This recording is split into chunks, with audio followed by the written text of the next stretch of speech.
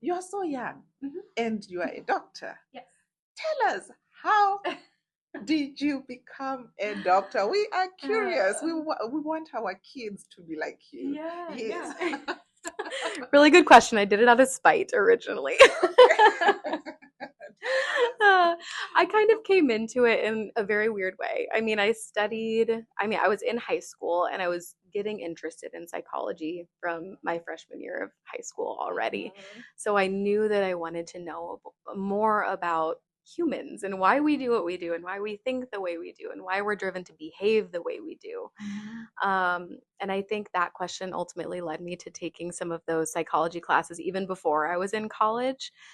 So then when I was in my undergraduate college, I took on the whole psychology major. I did the biomed minor so that I could have more about like our physiology and our anatomy and how that kind of plays into it. Um, and then went straight into grad school from there.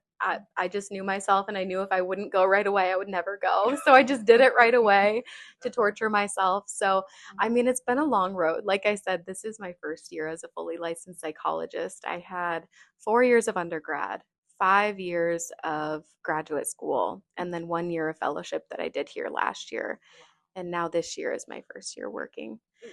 So it was a long journey, but honestly, I've learned a lot about myself through this, and I highly recommend people to do a deep dive into psychology if they want to learn about themselves and learn more about, you know, what motivates them and drives them. Um, and it started out, like I said, as kind of spiteful and maybe a little bit rebellious and angsty to get into this, but it's turned into something that's been really beautiful for me and been something that has allowed me to grow along the way too and learn so much. Okay. So yeah. Yes. And I think one last question. Um, what do you do, or Mhm. what can we do to relax our bodies? Like, what are your suggestions? Yeah. Some people don't have an idea Yes. of what to do with themselves. Yes. So, you as a professional and also on a personal basis, what can you advise us? I have so many skills. I have just Okay. like documents and documents of things that I give patients. So it's a really good question. Okay. Some ones that tried and true that I love to do and that I recommend patients almost every single time. So breathing is so important. A Hmm. lot of times we don't even think about our breath. We're just kind of doing our thing, but it's so important to life. It's Okay. what connects, our internal world and our internal selves to the outside. So Really? I think it Okay. is so important to kind of like always slow it down as much as possible, as many times as you can throughout the day. Just kind of like stop yourself, ask yourself, how am I feeling right now? Am I feeling anxious? Am I feeling sad? Am I feeling guilty? Am I feeling like maybe trauma is bubbling up? Whatever it is, and asking, okay, I'm just going to sit with this. I'm just going to slow down my breath and making sure that the breath is getting deep down into your lungs and Hmm. making sure that you're slowing it down as much as possible is the best way of regulating yourself and calming your nervous system. A lot of times we're kind of like basically hyperventilating. We're hyperventilating and like kind of breathing really fast, and we carry so much tension in our bodies, and our shoulders are up to our ears, and our jaw is clenched. Yes. But if we take the second to just check in with ourselves and ask, okay, where am I feeling the stress right now? How can I shed some of that and slow down my breathing? I think that's the best way of doing it. Wow. And as much as possible, if we're feeling anxious, we're usually caught up in our heads Oh, and yes. we got racing thoughts and we're Yes. overwhelmed. So, as much as you can pull yourself out of that and distance yourself from the worries, one of the things that I do for that is to just simply look around at the room that you're in and use all of the different senses you have, all of your five senses. So you can see all of the colors you can find. I see the red sign over there and the green of my plants and my purple sticky notes. Oh. I see the pattern of the couch. I'm hearing some alerts going off. I'm hearing the traffic outside and my clock ticking. Maybe I smell hand sanitizer or like a candle burning in the corner. So that is just a way of getting us back into our present moment, back into our environment and where we're sitting. Because a lot of times, if we're anxious, our minds are drawn to the future, or if we're depressed or feeling blame, it's drawn to the past. Rarely are we ever just right here in the present moment. So bring yourself back here, back to where your body is, Mhm. and ask yourself, what do I need right now? Do I need some deep breaths? Do I need to just reset and get back to it? Or do I need to maybe take myself out of this situation? Do I need a little extra self-care, like a sweet treat? Or, do I need to move my body a little bit, see some sunlight? It can be a good way of just pausing and not just, going 100 miles an hour. That's true. Okay. Well, I asked a question about women, Mhm. and then I'm going to probably ask a question about men because our viewers, they are both men and women. Mhm. We have men who are probably getting to a place where they are now, losing their competence as men. Mm. Yes. They are going through a lot of emotional changes as well. They are probably getting a big stomach, going bald. Um, their kids are becoming teenagers and men also in the house. What's your advice to them? Yes. That is such a hard question and such a good question.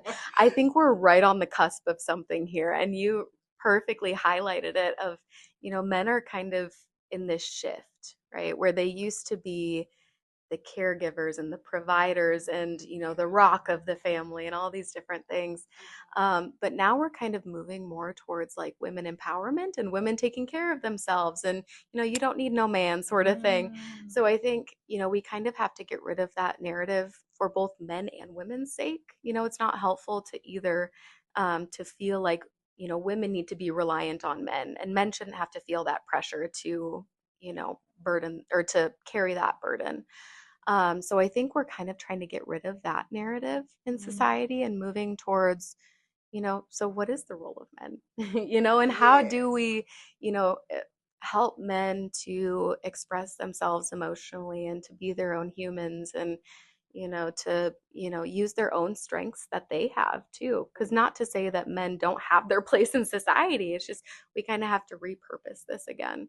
Because I think the messages that we've been sending men have been so harmful for both men and women. It's led to a whole bunch of aggression and, bad stuff.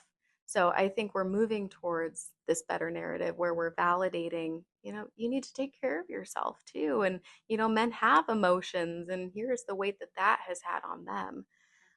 So I would say it's just as important for men to pause, to ask how they're feeling, to recenter, to ask the impact that they have on the world, just like women should be doing, and what their values are, what they're driven by, what motivates them, and what gives their life meaning and joy.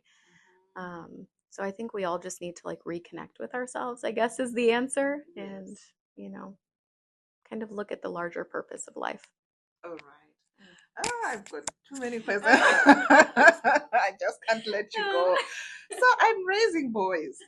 Oh, I'm yes. raising boys in a world where we are now in an era where women are getting empowered. And it's all about women empowering, women empowerment. And where is it leaving our boys? I mean, they are growing up in a society where women are getting empowered. And, women, we are, I don't know if I can use this word, we are sometimes too aggressive to them because now finally we can stand on our own. I mean, it's somehow, somewhere, maybe it's emasculating men.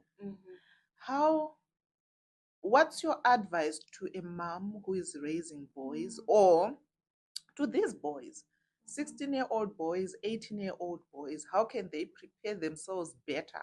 Yes, you talked about um, looking at yourself, but these guys, they are just new, and we are just throwing them out there in a world where there is so much of women empowerment. What about the boy child? What can we do to bring up a boy child who is confident enough to face the world? Yeah. That's a really good question. I keep saying that too about all of your questions. They're just all really good questions. And something that I've thought a lot about too, because I feel like I was raised in a generation where it was that, men are the strong, the provider, the kind of like the everything to the family, like the rock of the family. Mhm. So I don't know what that looks like in practicality, like what it would look like in everyday life and how to like instill that in them. But I think as much as possible, just like teaching them that you are your own person and you have your own strengths.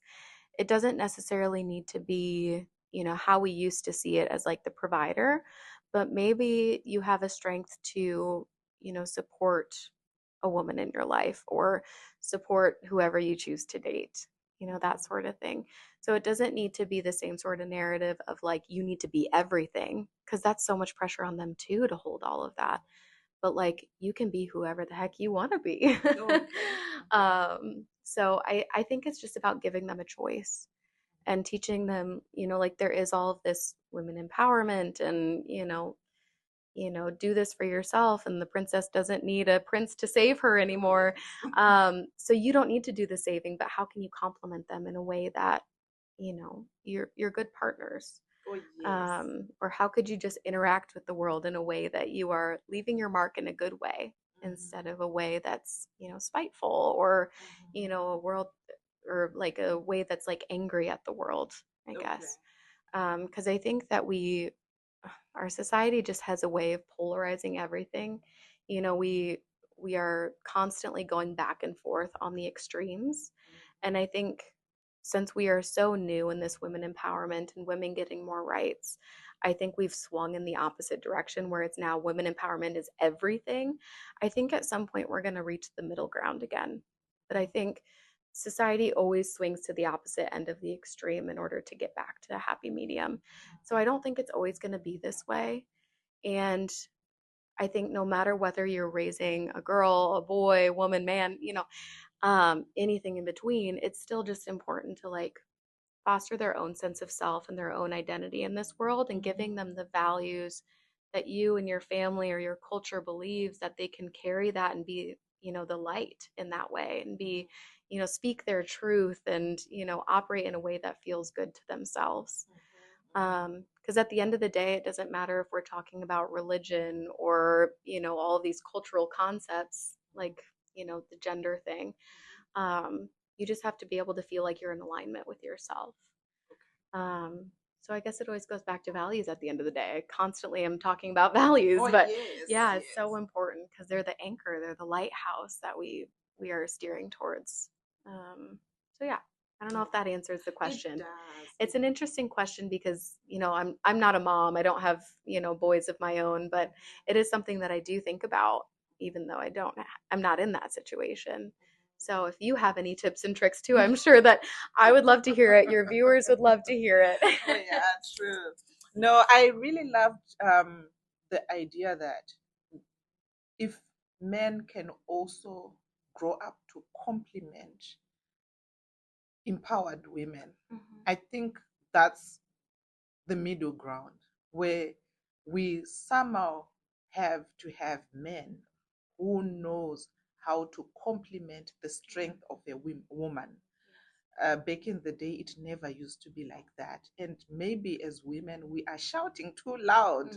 Maybe all we need is just complementation to a woman's strength. Yeah, And I yeah, really loved that you actually tackled on that. yeah. Yes, but thank you so Yeah, much. thank I really you. appreciate your Oh, time I and your appreciate support you. to our group. Yes. We have got so much support as DLDs, and we really appreciate this lovely woman.